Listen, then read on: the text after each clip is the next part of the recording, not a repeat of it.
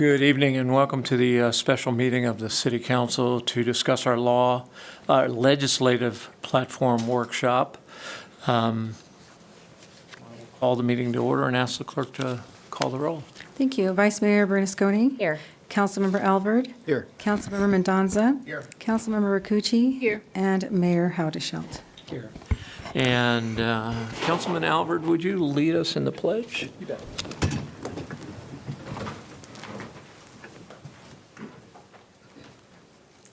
I pledge allegiance to the flag of the United States of America and to the republic for which it stands, one nation, under God, indivisible, with liberty and justice for all.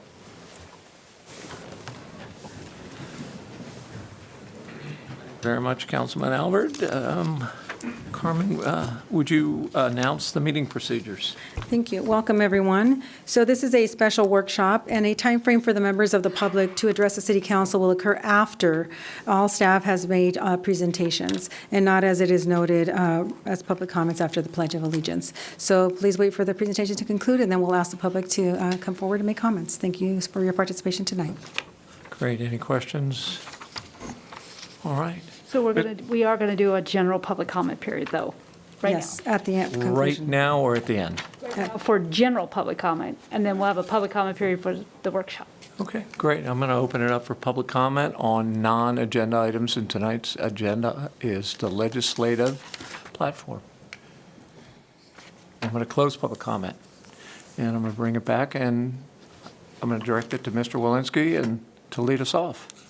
Thank you. Good afternoon, Mayor and council members. I'm Mark Walensky, the city's government relations administrator. And before we begin our presentation, I'd like to extend apologies to the council from Megan McPherson, the city's deputy city manager and public affairs and communications director. She's out sick today, and she extends her apologies for not being able to be here to participate in tonight's workshop. With respect to the legislative advocacy overview, what you'll see in our presentation tonight is an overview of how the legislative advocacy process works, what's happening in Congress in 2020 and the legislature in 2023, and an overview of proposed changes to the legislative platform for your consideration. The platform guides our advocacy strategy as staff works with the council and the council's Law and Regulation Committee. It powers our advocacy work with our partners and allows us to be nimble and effective as we work in an ever-changing political environment. And it activates the engagement that strengthens our strategy as we meet with our legislators and regulators at the state and federal level. The Legislative Platform Workshop, what I just described is what the platform does. As for tonight's workshop, we're here with our government relations team and with our federal and state lobbyists to provide a deeper understanding of the issues and the environment in which we're advocating for the city's best interest in the coming year. I'd like to introduce our team that's here tonight, Noel Maddock, and the newest member of the Environmental Utilities Department Government Relations team, Sarah Boudreau, Amber Blix and Chris Romero with the Electric Department, Rob Becerra with the Police Department, and our state and federal lobbyists, Jason Gonzalez and Mike Miller. Due to the efforts of this team, the city's advocacy efforts are often successful and ensure that the city remains aware of pending issues and changes in leadership objectives at both the state and federal level. With respect to the political environment, for an overview of the political environment, we are joined tonight by the city's federal lobbyist, Mike Miller, with the Ferguson Group, and the city's state lobbyist, Jason Gonzalez, with the Joe A. Gonzalez and Son firm.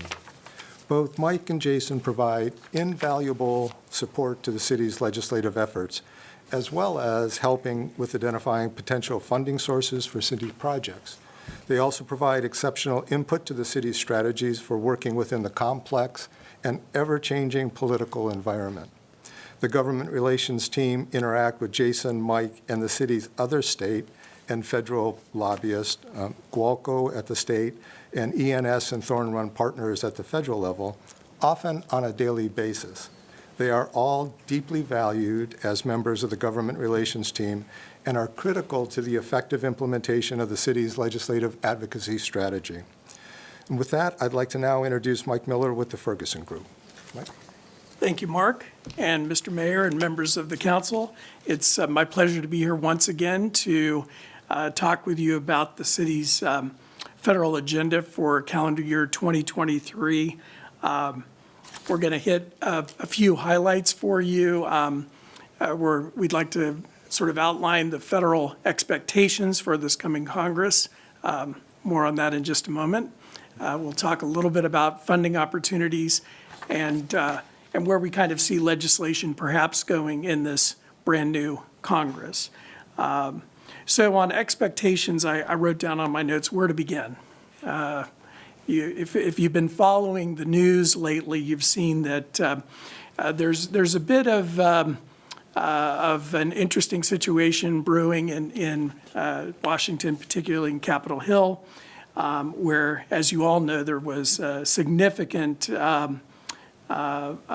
period of time that was used to choose a new speaker.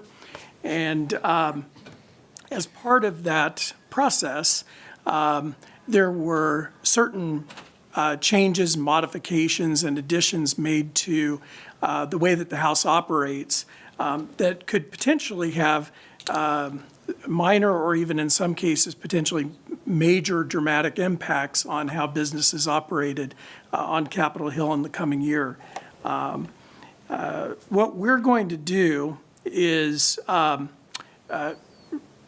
sort of prognosticate on where things might be going globally, but rather stay focused on what the city has as its priorities and where the city can find opportunities to fund important projects and programs, and also to secure either regulatory relief or regulatory opportunities as the opportunities arise. Couple of areas that will continue to probably operate by way of general order include the budget and appropriations, although even that might at some points slow down or become rather frustrating to watch. But we would anticipate that because in December the Republican leadership said that they were going to try and move forward with a budget on time in FY24, which is calendar year 23, there appears to be an effort, or is going to be an effort, to move forward expeditiously on the appropriations bills. That's one area where the city has been active in the past and probably will be active again this year as well, where we submit appropriations requests to our congressional delegation and work with them as well as the committees of jurisdiction to try and secure funding for important projects and programs that are important to the city. Again, we would expect that process to start off as it usually does in sort of the February timeframe, but we're going to see how that unfolds over the coming days and weeks. Obviously, we all know that the city has a new member of Congress representing the city, Congressman Kiley. And we have had initial contact with him in his new role, and we'll be having a meeting with his staff either this week or next. We've reached out, and they've come back to us, and we'll be having an informal discussion with them about the congressman's interests and priorities for the coming year. We will inquire whether the congressman's going to seek to secure earmarks. Some members do, some members don't. The Republican caucus in December did vote to continue earmarking appropriations bills moving forward into FY24, so that opportunity is there should he decide to move forward on that. Both senators will, in all likelihood, continue to submit appropriations earmarks. So as we go through city priorities and specific programs and projects, we'll definitely be working with city staff and you to develop and submit those requests to the senators and perhaps to Congress as well for consideration. The city's key issues that are outlined in your legislative platform, most are likely to remain on congressional and administrative agency agendas. In some cases, both. In some cases, either Congress or the administration will be picking those up. And not going into too much detail on that, but issues such as housing and homelessness, certainly transportation infrastructure, are likely to continue to be discussed. Budgets will be determined, and programs and project funding will continue to be distributed by the federal government by way of either congressional earmarks or agency grants. And as we move through the coming weeks, we will be assessing opportunities not only for appropriations, congressional earmarks, but also for competitive grants. The Ferguson Group has a robust grants team, and we will be providing the city, I'm sure, with consulting and perhaps grant writing services should the city decide to go that route, but definitely consulting on all of your grant applications as those develop. One item that has developed, especially during COVID, of course, is virtual advocacy. I just wanted to take one moment to talk a little bit about that. Our experience is that notwithstanding the fact that last week Congress dropped the escort rules that required visitors to the Capitol complex to be escorted to and from all meetings, even once you were in the building for a long time, you had to be taken from your one meeting to a next meeting. It was very cumbersome, slowed down meeting schedules quite a bit, and there were a lot of missed meetings because of delays with that. That's all been dropped, and it's somewhat business as usual. However, the virtual workplace has become ingrained not only on Capitol Hill, but especially, I think, in the agencies. And the positive of that is that while in-person advocacy certainly is still very important, and it can be critically important under some circumstances and at certain times, we will continue to work with the city to take advantage of the virtual meeting opportunities so that the city can wisely use its advocacy resources when it's necessary to go back and have those in-person meetings. Should the city decide that wants to go back, obviously we'll fully support that, but also we will continue to work with you folks to make sure that we take advantage not only of virtual meeting opportunities with agency and congressional staff, but also in district meetings with district staff and with the members while they're in California on their district work periods. The virtual workplace is fairly well ingrained in the agencies, and just wanted to make sure that I mentioned that, because that is something that is now regular business in DC. One thing I would draw your attention to is that we last week produced a preview of what we expect in this coming Congress. And if you haven't received a copy of that, I'm happy to provide that to you. There is a lot of speculation in it because this Congress is really unknown at this point. But certainly one hot topic of conversation which will be of interest to the city is energy permitting reform. That's been an issue that's been really boiling over the last 2 years and came to a riling boil at the end of the last session. Also, the National Flood Insurance Reform Act, which needs to be reauthorized this year. Roseville is generally in, I think, very good position with respect to flooding, but at least, regionally, it's important, and we always want to keep an eye on what's happening with that. That does require reauthorization this year. Otherwise, the program will expire, and certain benefits, especially to lower-income folks that need or seek flood insurance, those opportunities will go away. And then also to bring a close to my comments, there is an interest that's been expressed by Republican leadership in examining government spending generally.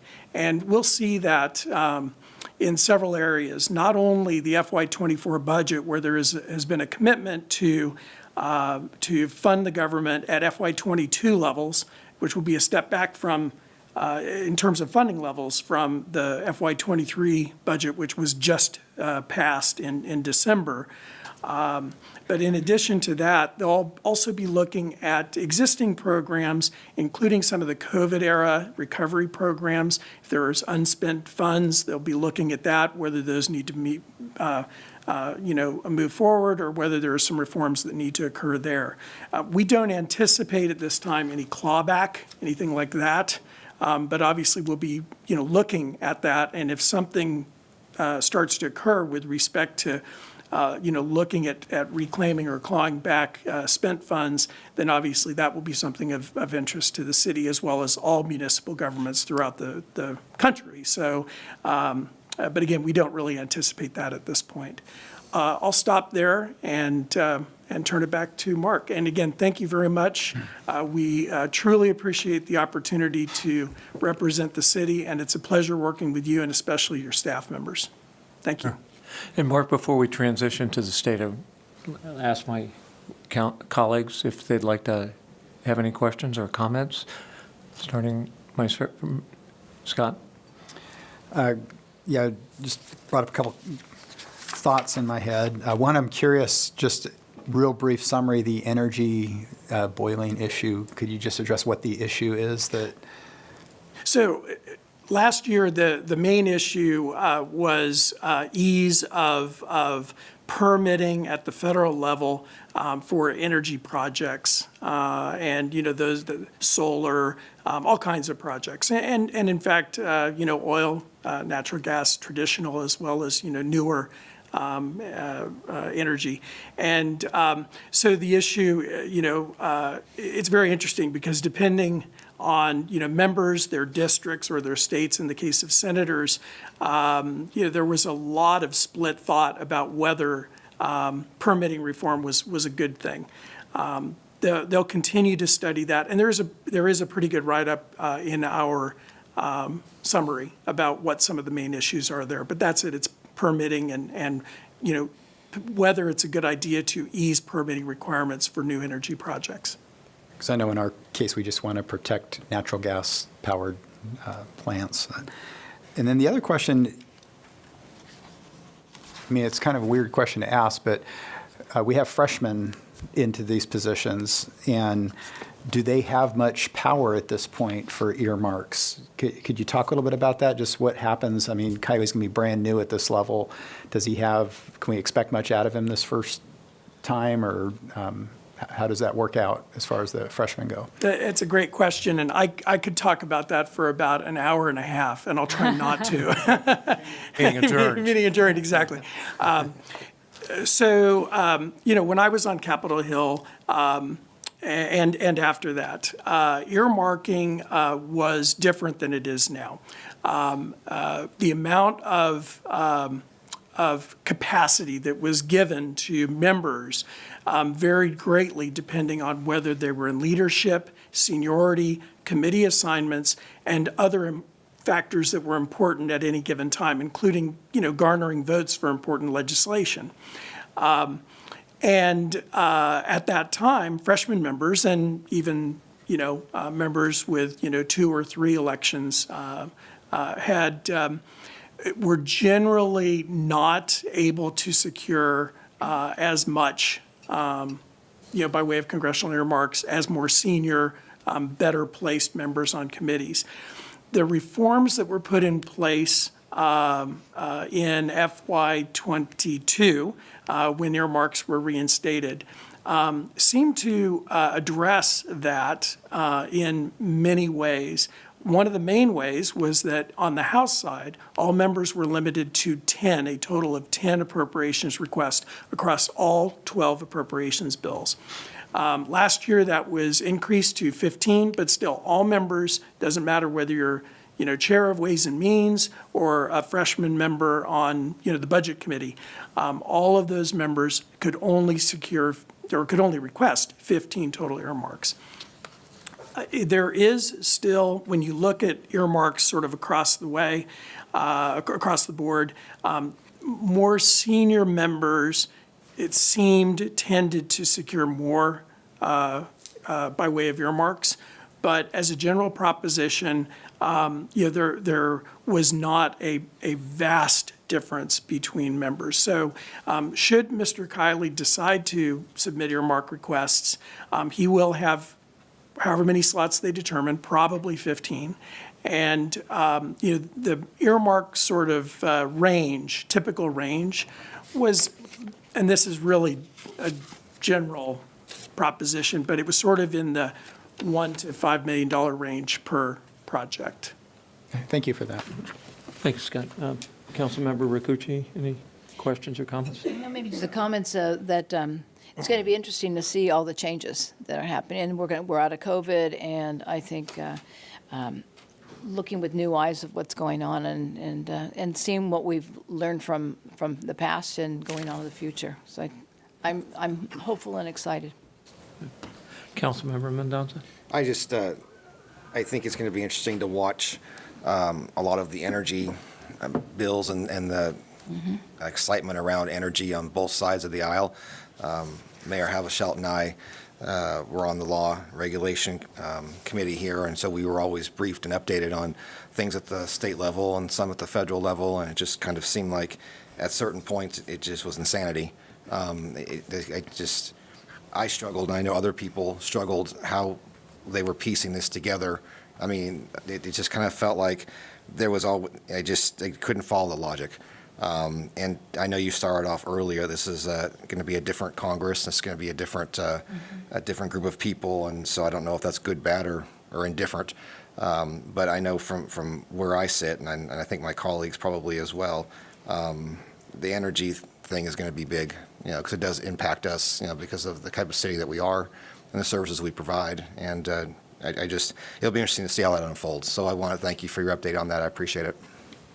Great. And then very briefly, and I appreciate you being here, the speakership battle went almost a full 15 rounds, right?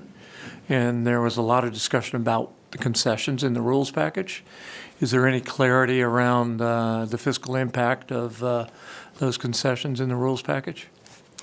And I underscore the word clarity, right? No. And that's the short answer. But it will. That's all the answer I need. But as we move through the coming weeks, one of the first order of business of each Congress is getting the appropriations process underway. And, we'll start to hopefully see a little bit of that clarity that we're all seeking in the coming weeks. And we'll definitely be reporting that in our weekly legislative report. And I'll be providing that information to your staff as well, so that they can share that with you. So let me see if I understand the playing field. You have a fairly evenly divided Congress with some fiscal conservative Democrats in the Central Valley. And they've got a Senate controlled by the Democrats and the administration controlled by the Democrats. Thank you for your service. It's going to be an unprecedented Congress, for sure. I agree. Thank you. Thank you. And by the way, are you the Ferguson Group or TFG? We're sort of both now. So I was on a call earlier with Roger and TFG. Yes. For those, I'm actually in my 25th year as a partner with the Ferguson Group. So just by natural habit, I'll say the Ferguson Group, but the younger crowd is saying TFG these days. Well, thank you for your report. Thanks for the insight. Okay, thank you, Mike. And so now I'd like to turn it over to Jason Gonzalez for his overview of things at the state legislature. Jason? Good evening, Honorable Mayor and members of the council. Thank you again for allowing me this opportunity to provide an update. Happy New Year. And as Mark mentioned, my name is Jason Gonsalves. I was looking back. It's been 20-plus years that we've had the privilege and honor of representing your city. I guess, as the old adage goes, time flies when we're having fun. There was no shortage of fun in the 2022 legislative session. There were 2,353 bills introduced last session. Of that, 1,166 were passed down before August 31st to Governor Newsom for his consideration.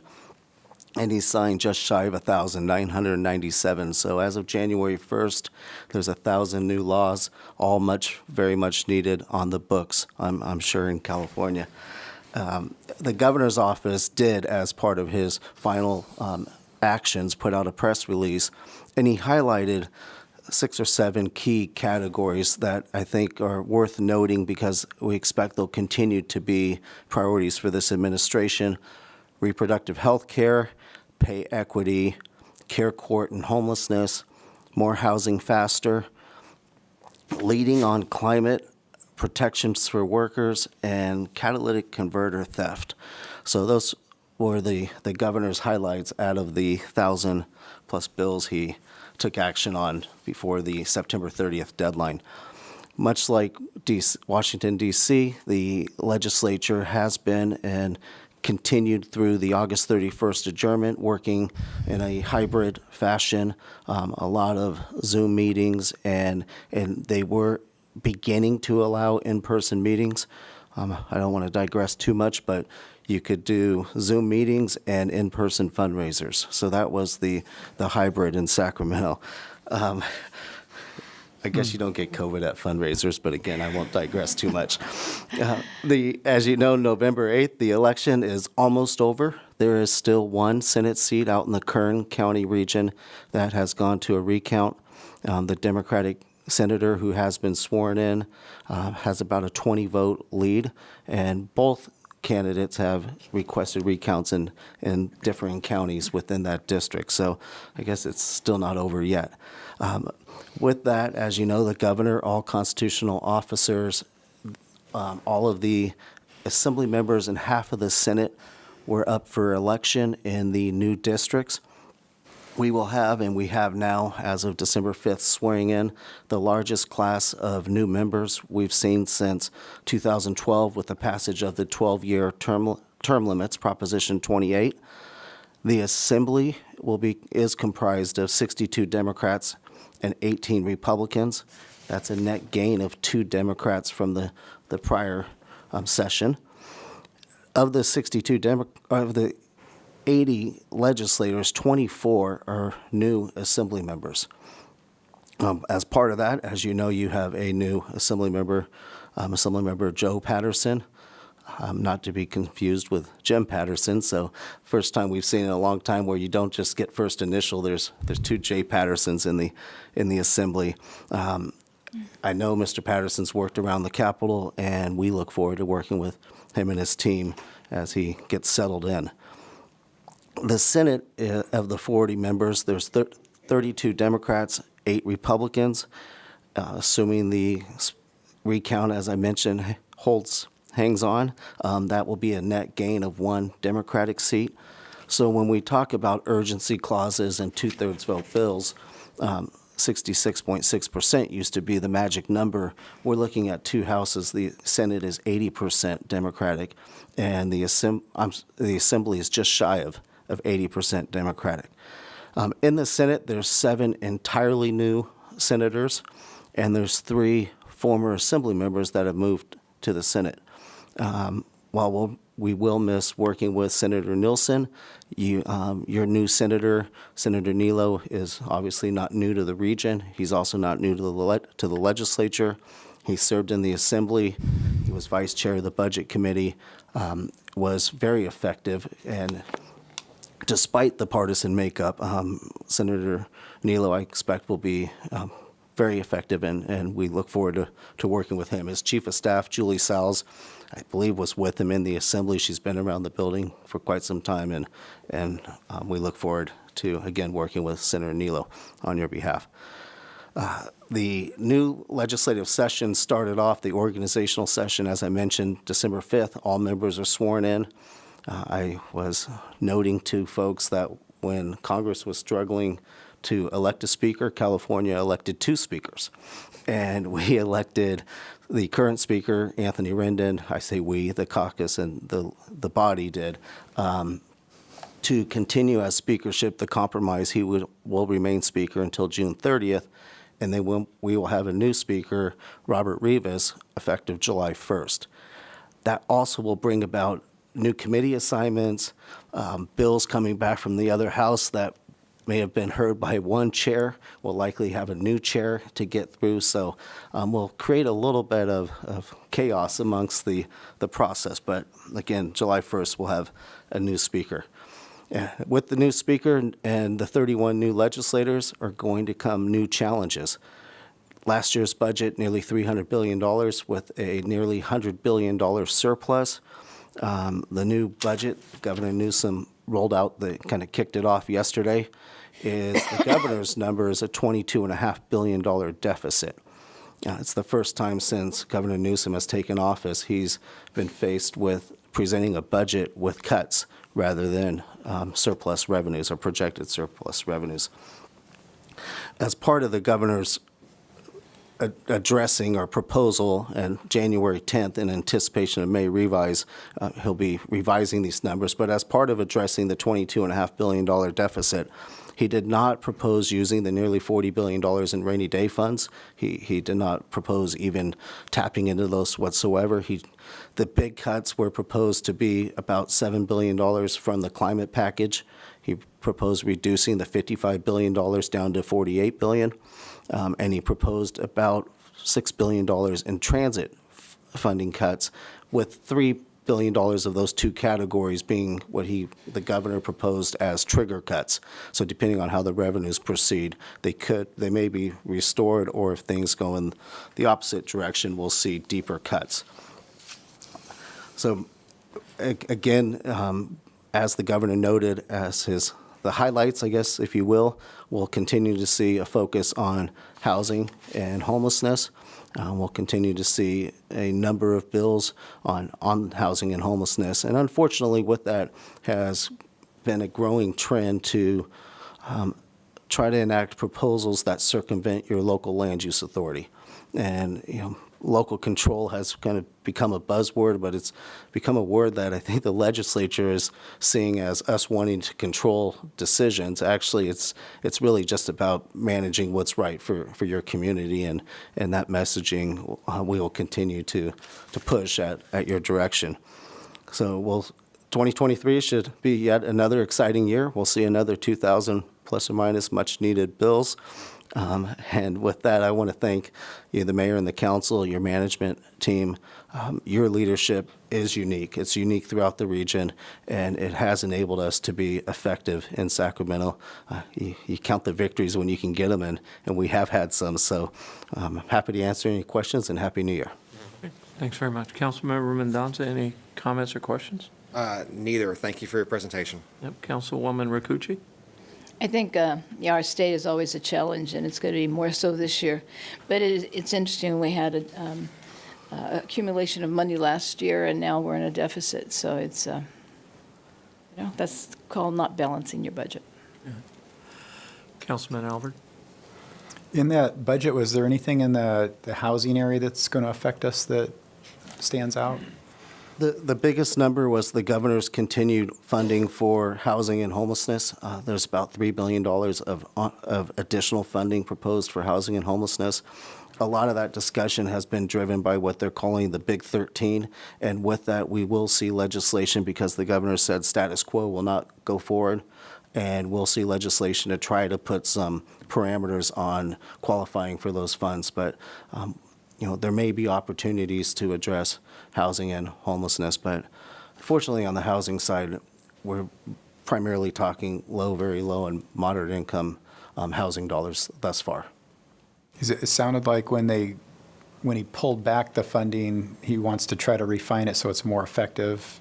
Was that the idea for the homelessness and stuff? He didn't want just money going out. He wants to actually go to projects that solve the problem. The governor has been clear in wanting results. And he pulled it back for about a week or 10 days, and then they had a meeting, and there wasn't a lot of significant changes. We expect the changes will come by way of legislation, which he asked the legislature to enact. So some changes, or at least some criteria to be met. Okay, thanks. Thank you. Vice Mayor Bernasconi? Just thank you to both of you for your work on behalf of the city. Thank you. Yeah, I'd echo that as well, and help me with the math. $300 billion budget, $22 billion deficit, but didn't use the $40 billion rainy day fund?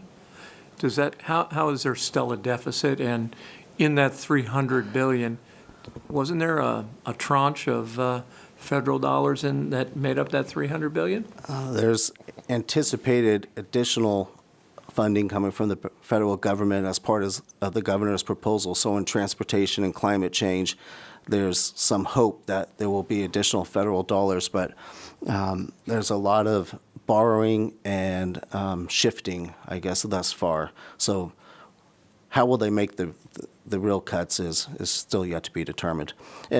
But the $300 billion number, it's just the state general fund, particularly under some constitutional spending requirements. It only goes up.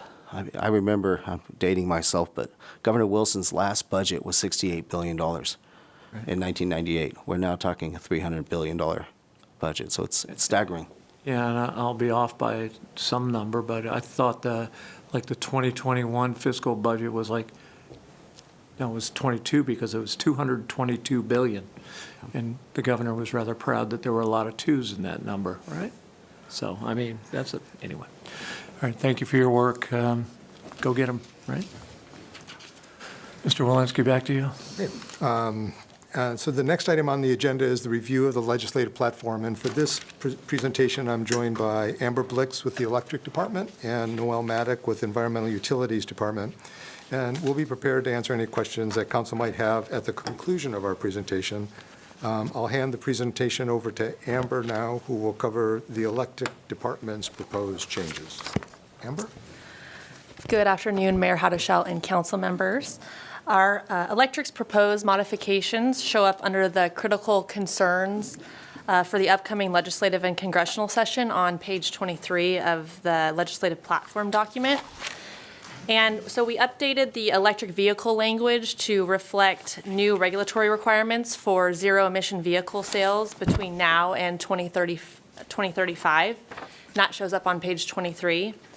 Under the funding and grant opportunities heading, we updated the language to acknowledge the funding available from the Inflation Reduction Act and the Infrastructure Investment and Jobs Act, as well as identify some broad categories for funding opportunities to explore. On page 24, we added a new category for grid reliability-related programs, and this language reflects new programs resulting from legislation that was passed in 2022. And we are monitoring these reliability-related programs for opportunities for Roseville. We also added a new category on supply chain disruptions to acknowledge ongoing supply chain issues, especially with respect to distribution transformers. And we are continuing our advocacy at the federal level on this topic. We deleted language on wildfire prevention, preparedness, and response. While this is an important ongoing topic for the city of Roseville, including our wildfire mitigation plan that we update annually, we deleted this language because it's not an issue that we expect to have a lot of attention in the legislature during 2023 as we have in years past. On page 25, we deleted language on the acceleration or alteration of existing clean energy targets. These targets were actually modified in 2022, so to include new interim targets between 2030 and 2045. And then finally, we deleted language related to backup power, distributed energy resources, and microgrids. We expect other grid reliability efforts like those new programs mentioned earlier from legislation in 2022 to really be the forefront in 2023. So that sums up the changes that we made for electric's portion of the critical concerns. And with that, I will hand it over to Noel Maddock, Utility Government Relations Administrator with Environmental Utilities. Good evening, council members. Noel Maddock with the Environmental Utilities Department. There are several areas in which we've made some updates, and I will start off on page 6 with the state and federal funding. In this, we are anticipating renewing our effort to seek funding at the federal for water and wastewater infrastructure improvements in Roseville's core older neighborhoods. An example of this funding that we're thinking might help us meet some new provisions of the federal lead and copper rule. And the other changes in this section that we made were just clarifying in nature. The next item that we proposed to make a change in was the citywide legislative principles on page 7, which added a new principle to advocate for the use of existing structures and programs when possible. What we've been seeing is a trend that the state is proposing to build brand-new programs from scratch and placing them within agencies that do not have expertise to carry them out. An example of this would be the low-income rate assistance program and the arrearages programs come to mind for myself. Instead of placing these programs, which are really safety net programs, they are being placed within the State Water Board versus within an agency that already works with this clientele. We just don't think that that's very efficient, and so we're going to continue our effort to make sure that those programs are appropriately placed. The next changes are contained within the platform and are on pages 17 through 20. Throughout this section, there are some refinements, but I'd like to call your attention to 5 substantive changes that we made. The first you will find on page 18, and this is the addition of a new item, and that's a pressure management. This is an issue that we are seeing cropping up. Our distribution team has identified that they're being asked for PSI rates within their reporting requirements. And we've seen indications from the State Water Board that they are wanting to explore pressure management and set limitations. They're really looking at it from the perspective of conservation, and with a lower pressure, then that means less water would leak out. The next change we made was on page 19, where we have 2 substantive changes. The first is to include supporting efforts that include peer review and science-based risk assessments to address new and emerging constituents of concerns in biosolids and recycled water. The second is in recognition of the need to invest in our most important assets, and that's our workforce. We are experiencing an aging workforce and realize that there is a need to encourage future generations to seek out careers in water and wastewater. The last 2 substantive changes are on page 20.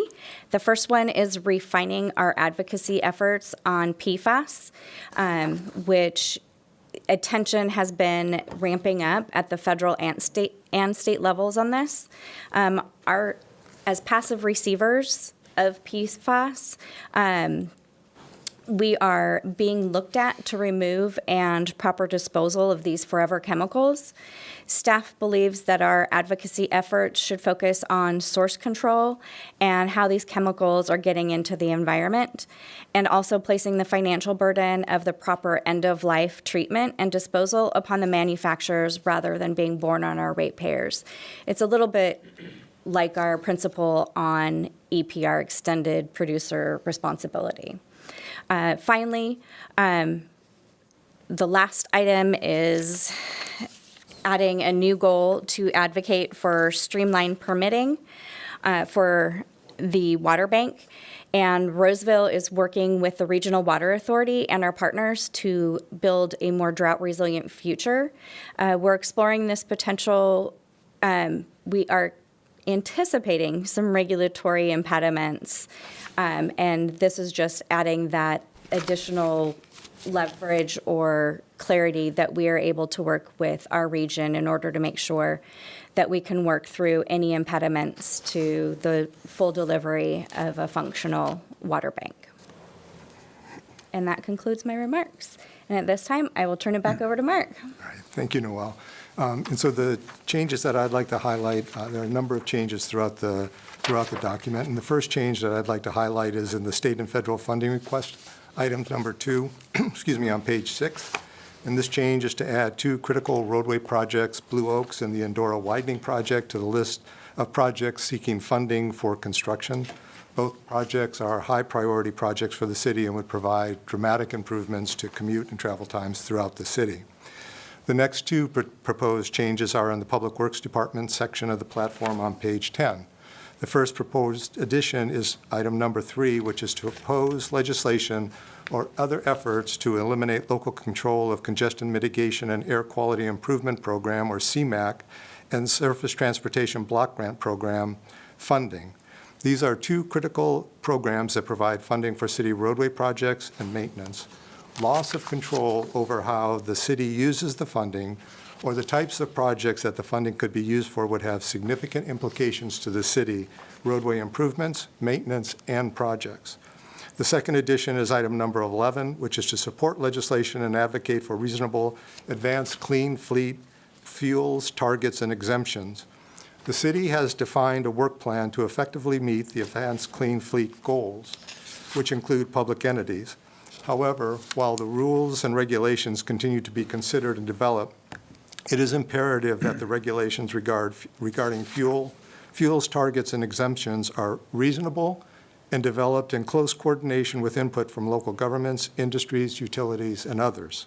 This is to ensure that the final regulations are both reasonable and do not add additional cost burdens to organizations, and to ensure that the vehicles that are ultimately required are available and can effectively do the work that is required, such as refuge trucks or buses. The next change is to highlight is in development services is to add an item 3 on page 10. The addition is to support legislation that provides funding and other financial support for the production of affordable housing. So the state's affordable housing crisis continues to impact thousands of individuals and families throughout the state.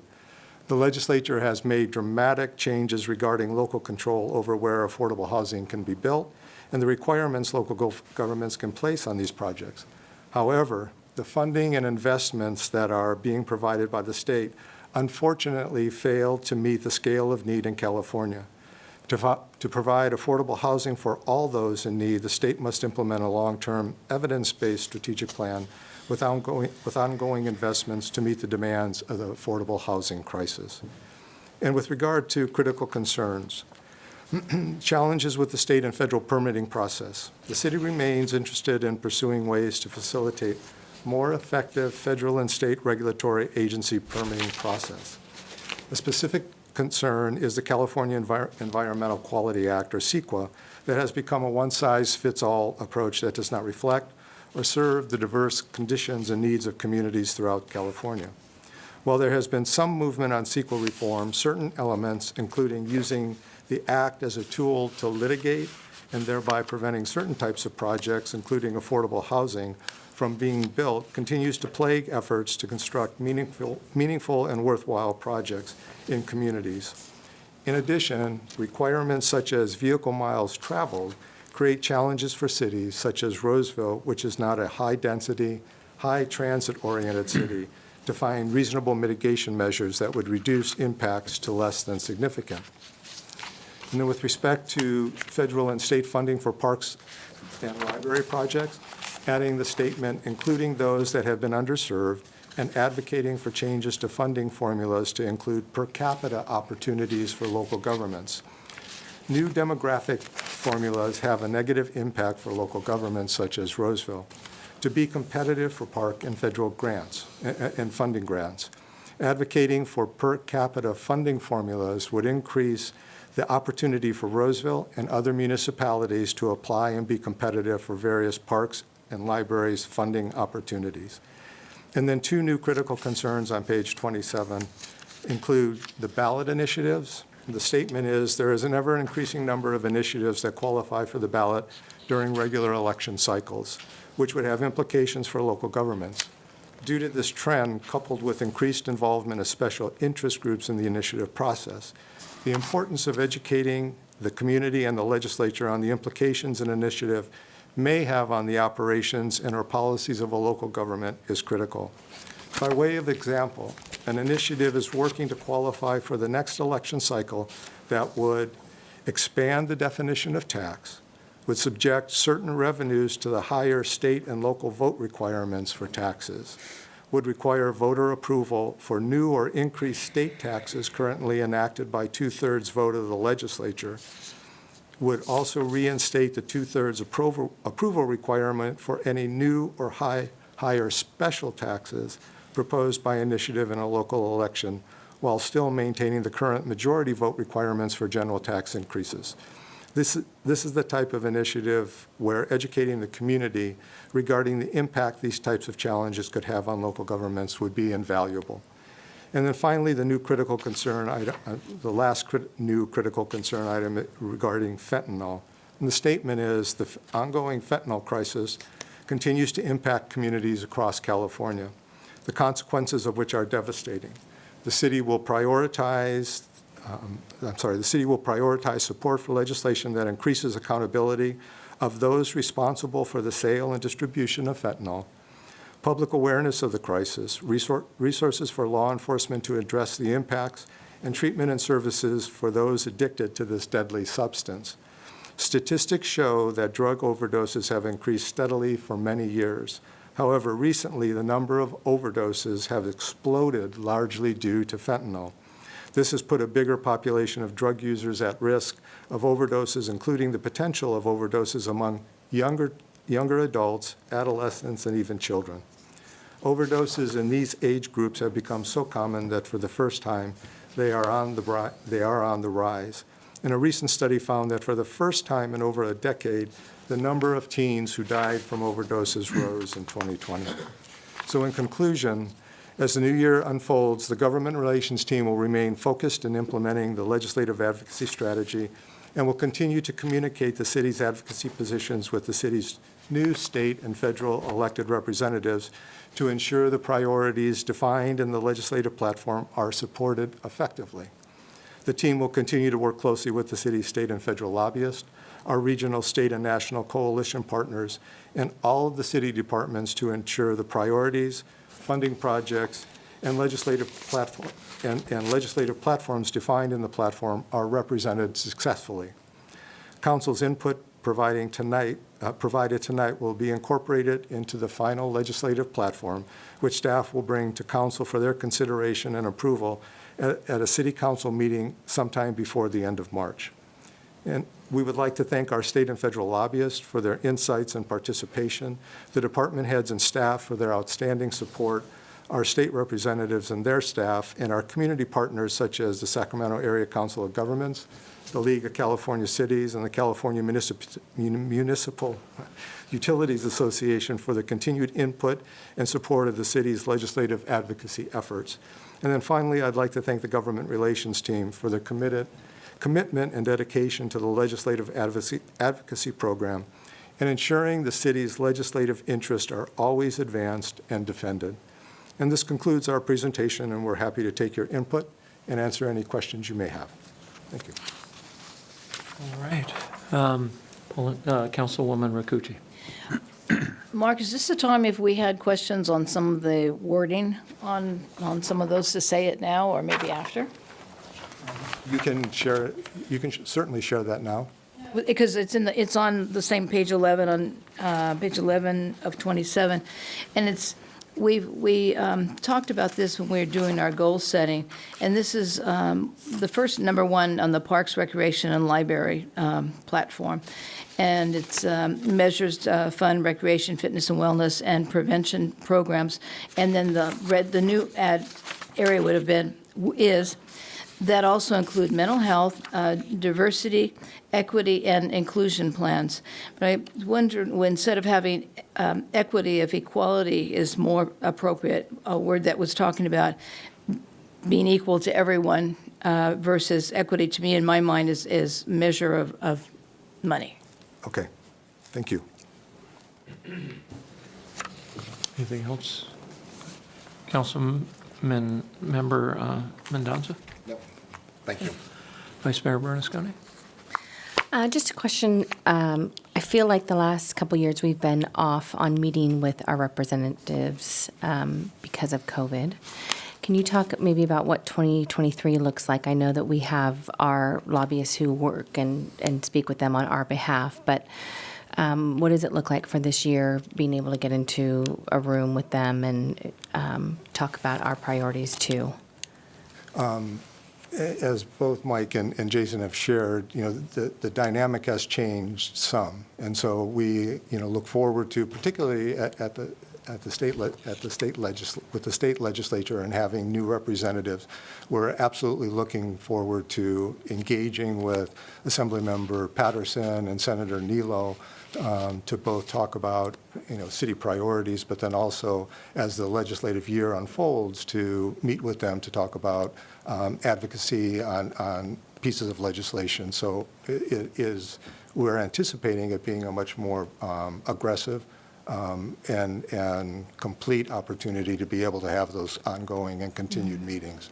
With respect to Mr. Kiley, as Mike said, we're with the virtual world being open, I would anticipate having the meetings with Mr. Kiley more in the district office and looking for those opportunities. And because we already have such a strong working relationship with Mr. Kiley, I think we have that opportunity to be a little bit more nimble, where with Mr. Patterson or Assemblymember Patterson and Senator Nilo, I think we're going to want to be more in person as often as we can be. To ensure that we have a strong understanding and develop those strong lines of communications and the strong relationships. I feel like those recurring meetings that we had with them that haven't happened in a while, I feel like those are really helpful. Okay, thank you. Councilman Albert? We had received an email from a resident regarding several items on this, and it came this afternoon, so I was trying to scramble to get caught up on what it was. But there was something in there I thought was really interesting, and I was looking on page 23, and we're talking about electric vehicles, and this gentleman made out a point that it doesn't say anything about e-bikes. And I know Roseville is very unique.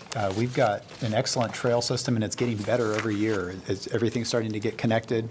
And I'm in the market myself for an e-bike because I know I can go to meetings a little bit further away than I might be willing to pedal, because I can get there quicker with less effort, in better weather, of course. And it does seem like this could really help cut down on vehicles if we could support incentives for people to use e-bikes, because they might be more likely to do that instead of a car. And so I see here we're supporting electric vehicles, but then we specifically talk about cars. And I thought it would be interesting to talk about just supporting incentives for e-bikes too, because we seem like the perfect city set up to be able to cut down on car traffic by increasing bike traffic. And thank you for that, the comment and the input. And I know that I had, because I had spoken to the gentleman prior to him sending the email, and so I was included in that email chain.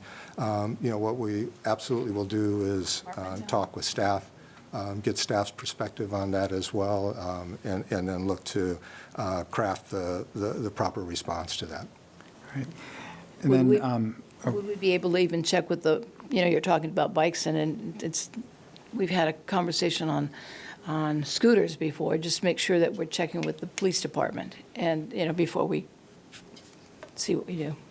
Well, and I know that that's one of the reasons why I will be talking, I'm sure, with Planning Department, Public Safety, Public Works, because there are some considerations around e-bikes and the maintenance, the care, the operation of e-bikes, and so we would want to make sure that the city was fully on board with how that might unfold. So we will want to talk with all of the departments to get their input to ensure that we've crafted the proper response. And that's very thoughtful, because it's scooter or a bike, right? You have to look at the motor vehicle code and see what's permitted where. So I also had a comment on the fentanyl piece. I'm really happy to see that on there. That has been affecting. That's really being it's a big concern in our community, as we know. And so I'm really happy we added that, because I do think we need to strongly support going after the people that are supplying this, so they're not getting anything close to a hand slap. We need to deal with it very firmly. So I appreciate having that on there. Thank you. great. Yeah, thank you, Mr. Walensky, and thank you to the entire team. We are blessed to have you, both our contract lobbyists and you in the building on a regular basis, because it changes a lot down there, right? With new members, the education of what makes Roseville unique, and that the one-size-fits-all doesn't apply. So really do appreciate that. Local control has been mentioned on a number of times, and usually when that's mentioned, it revolves around planning. And this kind of dovetails into the fentanyl discussion. Since the passage of Prop 64 in, I think, 2016, and the adult use of marijuana, there's been a lot of legislation around marijuana, its use, CEQA, taxation, and various other things. Is that covered adequately in our legislative platform at this point in time? Because I think there were like 30 bills last year, some of which, included the ability to deliver within the city boundaries, so our loss of local control. We absolutely, the framework of the platform absolutely allows us to take opposed position on that type of legislation that we feel would be detrimental or not in alignment with what the city's interest and interests are. And so without calling it out specifically, we do have within the platform that flexibility to be able to take advocacy positions on pieces of legislation such as related to cannabis. And would that extend to CBD and vaping and other things that are permitted by our zoning ordinance? Think about it. I would say that it does, but what we can do is we can go back through and make sure that if we have to add a piece to the platform to ensure that it's there, that we will do that and have that included, and note that when we bring it back to council for final consideration. Thank you. And last thing is, I'm glad to see supply chain disruption continues to be in here, and I want to acknowledge the work of Vice Mayor Bernasconi last year, working with our electric department, and when we were back in Washington, D.C., really trying to get this transformer issue impacted. It's not only a reliability, but an economic development issue. So thanks for your work on that. There's not anything else. I think it's time for me to open it to the public for any comments on the legislative platform that's before us. Going once, going twice, seeing none, then I will bring it back here. And I think we will adjourn our meeting, and we'll be back here next week for our regular city council meeting. And then you'll bring back the revision, which includes comments that Councilman Alvord mentioned that we got. Is there a time period by which comments on this legislative platform should be submitted? From council, if council wanted to submit more, is that? Or the public? Or the Building Industry Association or the Chamber, right? Do we have a deadline for that? We would need them by the. That's good. Okay. There you go. Thank you. Thank you. If there's nothing else to come before us, we'll be adjourned.